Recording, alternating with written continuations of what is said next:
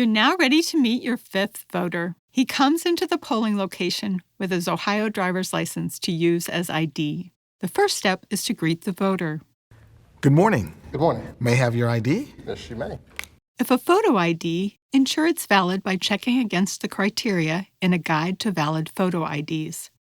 If a non-photo ID, ensure it's valid by checking against the criteria in a guide to valid non-photo IDs.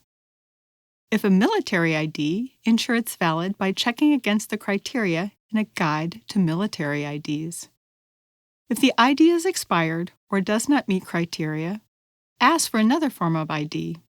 If no other form of ID is available, follow the steps in the Assisting Provisional Voters section. Our voter has a photo ID, so we'll use the OPEN acronym to see if it's valid. OPEN, Open, stands for O, Ohio. Is the voter an Ohio resident? P, Photo. Does the person look like the ID photo? E, Expiration. Is the ID expired? N, Name. Does the name match the voter's name on the EPB? Since the ID meets the first three requirements of Open, we can move on to using the EPB. Select Scan Barcode on the EPB screen. Voter will place the photo ID with barcode facing up beneath the camera, located at the back of the EPB towards the bottom right corner, until you hear a beep. The voter's information will appear on the screen. Next, check the name on the ID against the name on the electronic poll book to ensure it's an acceptable match. The name on his Ohio driver's license and the name on the electronic poll book are an acceptable match. Return the voter's ID. Ask the voter to state his name and current address. May I get your name and current address? Nicholas Mathis, and I live at 1216 West 3rd Avenue. He states that his name is Nicholas Mathis, and he lives at 1216 West 3rd Avenue.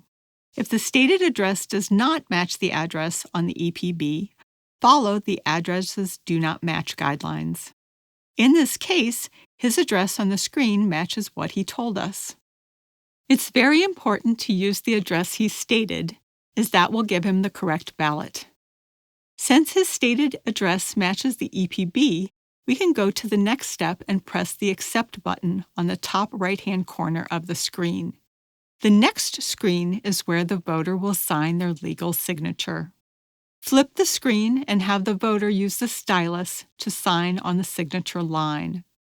If there are any difficulties, the Clear Signature button can be used to try again. Flip the screen back and verify that the voter has signed their legal signature. Then press the Done Signing button on the top right-hand corner of the screen. If the voter has not signed, the Done Signing button will not work. On the next screen, you'll need to select which method of voting Nicholas wishes to use. He states he would like a pre-printed paper ballot to mark his choices. May I vote on paper today?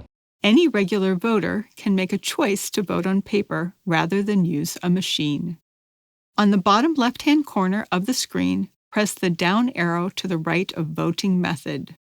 Select Pre-printed Paper for the method. Press the Submit button on the top right-hand corner of the screen. An Authority to Vote slip will print automatically. Hand the ATV slip to the voter and direct him to the paper ballot table. Since the voter isn't going to the ballot marker, they don't need a blank ballot card. They'll receive the correct pre-printed paper ballot at the paper ballot table. These are the basics of processing a voter on the electronic poll book.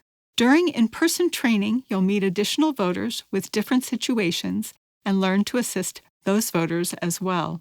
As a reminder, you may review these scenarios as many times as you like to familiarize yourself with the steps.